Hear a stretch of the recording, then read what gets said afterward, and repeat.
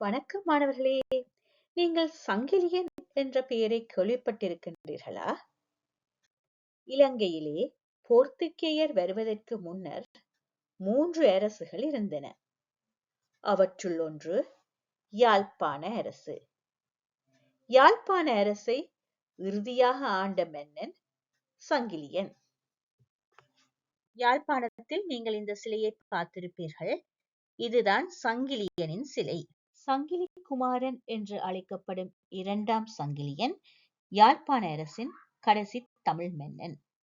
தமிழ் மீதும் தாய்நாட்டின் மீதும் மிகுந்த பற்று கொண்ட சிறந்த வீரனான 2ஆம் சங்கிலியன் 1619ஆம் ஆண்டு போர்த்துகேயரால் சிறைப்பிடிக்கப்பட்டு கோவாவுக்கு அழைத்துச் செல்லப்பட்டான்.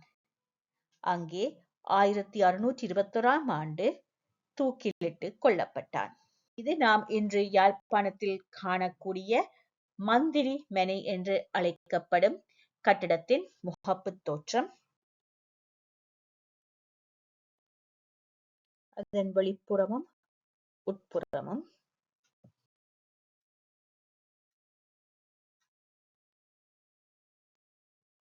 இங்கே கிணறு போன்ற அமைப்பு ஒன்று காணப்படுகின்றது. இதுவே நீராடும் இடமாக இருக்கலாம்.